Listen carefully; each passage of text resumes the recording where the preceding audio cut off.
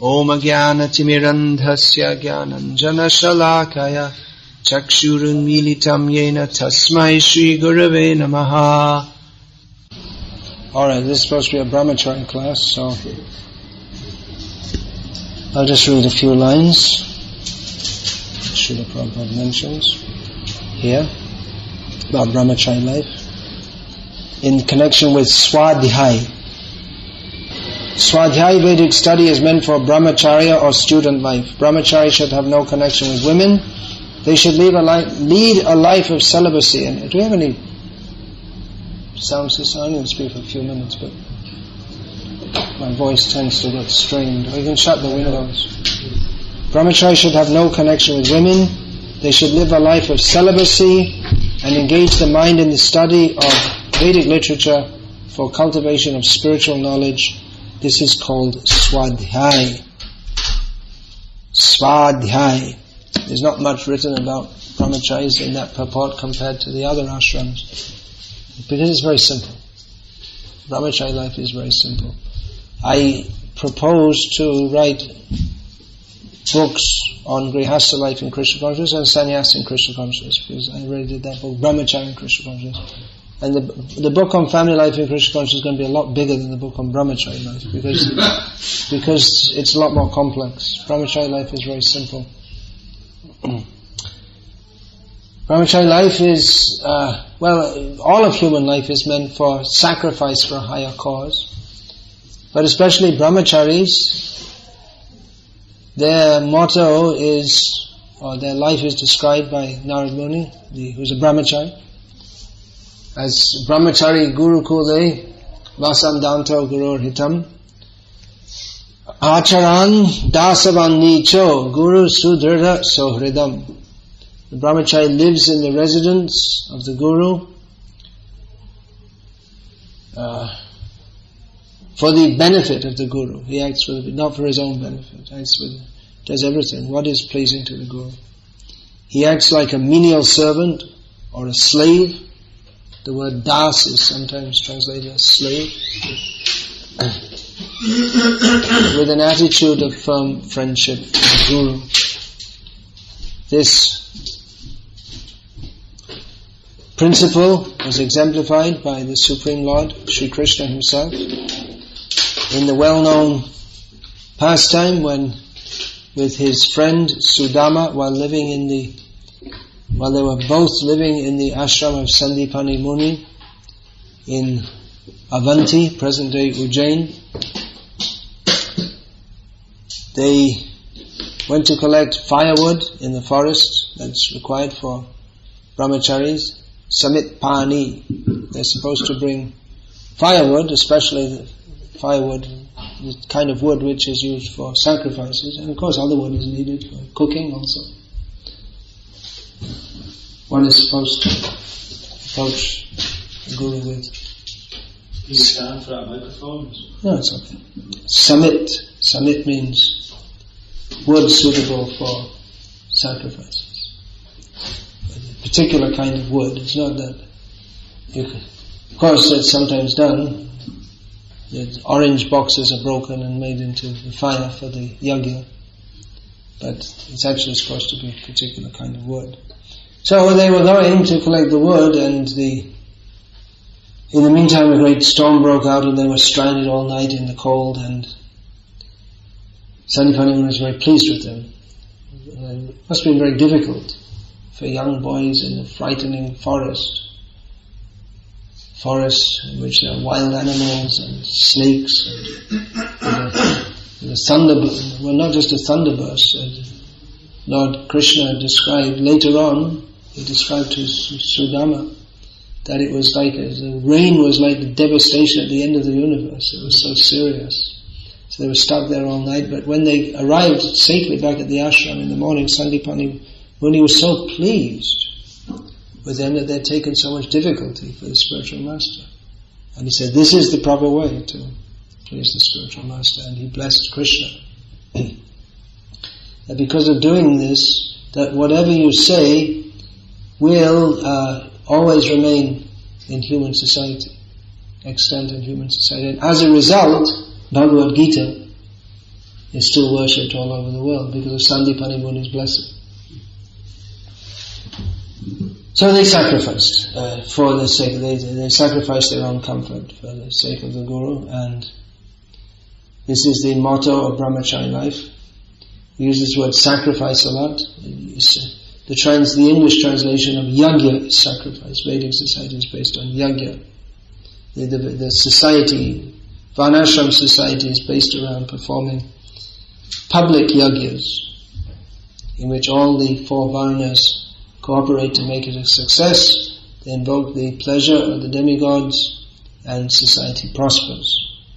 So yajna is translated as sacrifice. Sacrifice in this context meaning a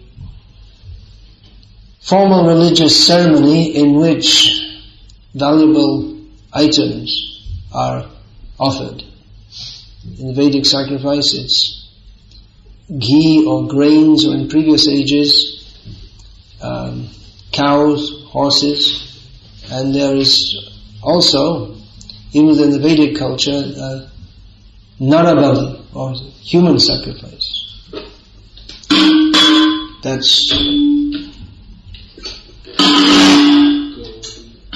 That's done not.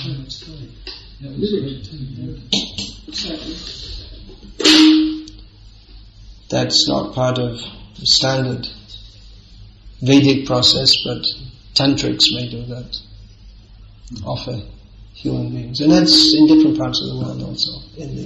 In South America, that was also going on. And it's rumored that sometimes it still goes on today in India, maybe. So anyway, the idea is offering something valuable. But that's there in the Judaic tradition also, isn't it? And the Islamic tradition of offering a camel. Or Abraham was asked to sacrifice his son Isaac. So the idea was that sacrifice means to offer something valuable. The word sacrifice also, as a verb, it also means to forego one's own pleasure and comfort for the sake of benefiting others, or for the sake of a higher cause. So you could say someone sacrificed his life for the sake of his country. So Brahmacari life is very much about this kind of sacrifice. Not considering one's own personal comfort, but taking all kinds of difficulties for the sake of the higher purpose, the higher mission, which is spreading Krishna consciousness. Especially, which are not brahmacharis in the modern age, or even traditionally, brahmacharis, they didn't live comfortably. They lived very austerely. Their purpose was for developing higher consciousness. Because generally, comfortable living and high consciousness don't go together very well. Therefore we have Hiranyakashipu. Gold and bed. So the bed is meant for sleeping and sex indulgence. And gold is meant for facilitating, in the eyes of demons like Hiranyakashipu, is meant for facilitating all kinds of sense gratification. So the simple austere life is generally recommended for developing higher consciousness. It doesn't in and of itself give rise to higher consciousness, but if one's aim is fixed on developing higher consciousness, and one is guided in that way, and for that purpose forgoes material comfort, that will be conducive for developing higher consciousness, for becoming detached from sense gratification. So sacrifice is required, and definitely to spread this Krishna conscious movement all over the world, it requires sacrifice. One may be a great scholar, expert in Bhagavad Gita, Srimad Bhagavatam, all these things. Or one may be a very good kork or madanga player, or one may have so many skills in Krishna consciousness, but unless some devotees are prepared to take the difficulty of moving within the world for the sake of presenting Krishna consciousness and demonstrating Krishna consciousness within it, then the Krishna consciousness will not spread. That's why we see that Srila Prabhupada said that sometimes he said that some of my godbrothers, they were much more austere than me and learned than me, but they didn't spread Krishna consciousness all over the world, because Srila Prabhupada he made the sacrifice of sacrificing the comfort of sitting in an ashram and being respected as an elderly senior devotee. He sacrificed the kind of respect that, and the security he would get from being in an institutional position. He could have had a room in an ashram, but he sacrificed everything to go to the West and attempt to spread Krishna consciousness. So it's with that spirit that the Krishna consciousness movement can spread. And Brahmacharis are in the best position to do that, because they don't have family encumbrances. Family members also have to sacrifice, they have to work hard. It's difficult in the modern age to work and earn money and support a family. They're also sacrificing. It can't be avoided. But their sacrifice benefits a few people, namely their family members, and in a small way. Unless, of course, the family members are Krishna conscious. And they may also, in their spare time, do a lot of service, but they don't have the same opportunity as Brahmacharis do to sacrifice their time fully. Therefore, it is not at all proper for Brahmacharis who are being supported by by Grihastas, who are sacrificing, working hard to earn money, and they donate to maintain ashram. So it's not at all appropriate that Brahmacharis who live in the ashram simply live comfortably in the ashram at the expense of Grihastas who are working very hard. So the ashram, of course we're not saying that there should be beds of nails or any such thing, or that there should be deliberate arrangements for discomfort. But Brahmacharis, they have to do the service that is required of them, do the needful, as Srila Prabhupada said, means going out and preaching and deity worship. All kinds of service require various kinds of sacrifice. Sometimes devotees say about the sannyasis, they're working so hard, they're traveling all over the world. That's the nice people. Some people say less charitable things about them.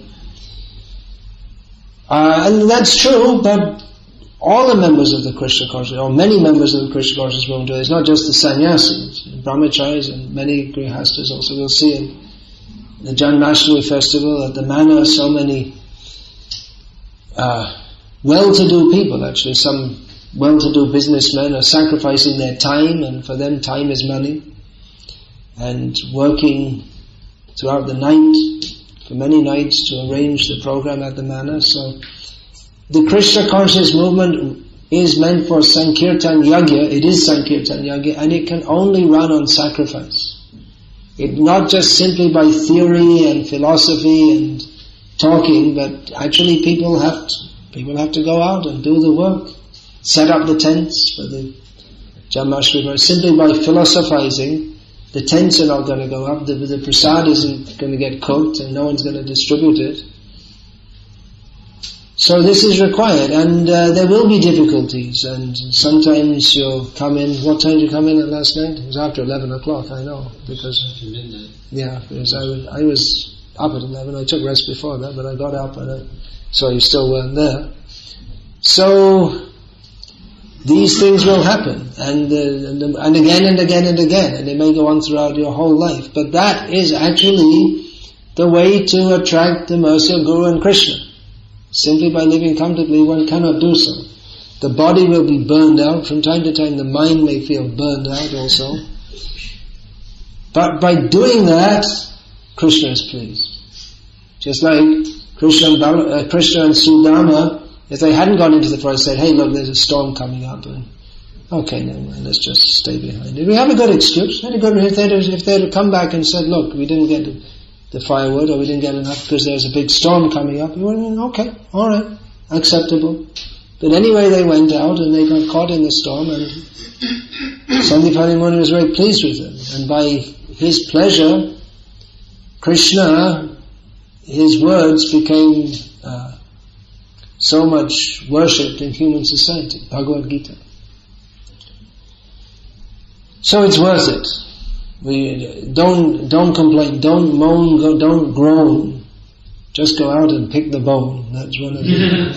That's Guru Kripa saying. How Vrindavan temple was built. He had devotees out collecting by means fair and foul, mostly foul. Anyway, he got the Vrindavan temple built, and Srila Prabhupada was pleased with that. And Guru Kripa Prabhu, despite his, I don't know if you know, even know the name now, there used to be, everyone used to know in ISKCON, Guru Kripa, yeah, legendary. But he's had his ups and downs in Krishna consciousness, and since Prabhupada left, the downs seem to be more than the ups, but he's still there, there's no doubt he's got Prabhupada's mercy. There's no doubt. So, of course, it's better to remain directly on the path of Krishna consciousness without having such serious down and out experiences. But that spirit to sacrifice for Krishna, that will please Krishna. And at the end of life, nothing else matters. It doesn't matter whether you had nice Mahaprasad every day, or whether you had a nice comfortable bed. These things, in fact, these things will be like a curse. If we have any motive to be Krishna conscious, at the end of life we'll curse ourselves that why didn't I do like that? The troubles, the difficulties that we take to serve Krishna, even though they may be very minor, we can't imagine what Srila Prabhupada went through to spread Krishna consciousness all over the world, but whenever we should try our best. That doesn't mean we have to push us. What I mean to say is that we should be see the longer term also. I mean, we could decide just to serve 24 hours a day non-stop, and we used to see that in the early days of the movement, that some devotees, they would give up sleeping practically and eating for a few days, and they'd do a lot of service, and then they'd sleep for a long time because they're physically incapable of doing that. But it's also a good idea to have some kind of pacing oneself, so that the body doesn't prematurely break down, as we're seeing with many of our sannyasis in ISKCON at the present time. Many of them have serious health problems, and it could be postulated that if they hadn't taken so much strain previously, then they wouldn't have so many health problems. Of course, it could also be postulated that the Krishna consciousness movement would be in worse shape than it is today, or it wouldn't have spread as much as it has done. So how to keep the balance? Often devotees ask this, how to keep the balance? Well, there's really no balance, because even if you try to keep it balanced, there's always something that comes up, just like all of a sudden you get a phone call from the airport, help! And you have to go out in the middle of the night, and what can you do? And then the next day you have to go on with your service. It's just like the pujaris at Janmashtami, they're working, they're doing service up to about 2 o'clock in the morning, and others may think, I'm going to sleep late the next one. But for the pujaris, Mangalati as usual. And the day goes on, there's no break for them, especially if there are not enough pujaris, which is the case in almost all temples of ISKCON all over the world. So, usually we go toward more strength, which is better actually, rather than more comfort. Some pacing or some consideration of how to not unnecessarily wantonly strain the body. If we know that, for instance, if I know that, well, I have to give a lecture tomorrow morning, it wouldn't be a very good idea to eat a big meal at night, unless we have a good digestion. Of course, the Indian devotees, they all eat big meals at night and somehow or other get away with it. But for me, it's a killer. So like this, so using our intelligence. I mean, there are examples like Tribhuvanath Prabhu, who just pushed himself and pushed himself and pushed himself and left this world early. And that's a glorious example, in one way. And another way, we wish he was still here. Of course, some people may not wish he was still here. But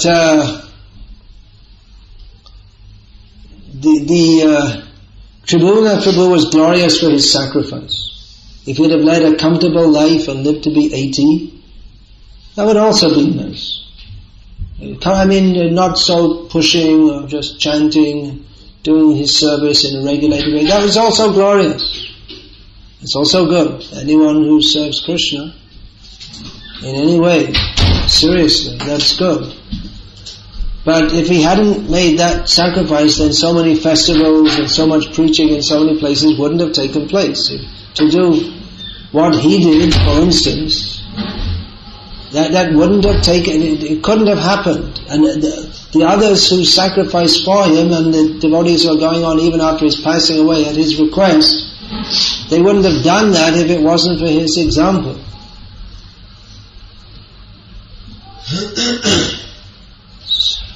So not everyone is going to be a Tribhuvanath, that's why he's a unique devotee. But everyone has to do their part. This movement, it should spread more and more and more, but that can only happen if the members of the Krishna consciousness movement are prepared to make a sacrifice and take difficulties and for the sake of preaching Krishna consciousness. So especially Brahmacaris,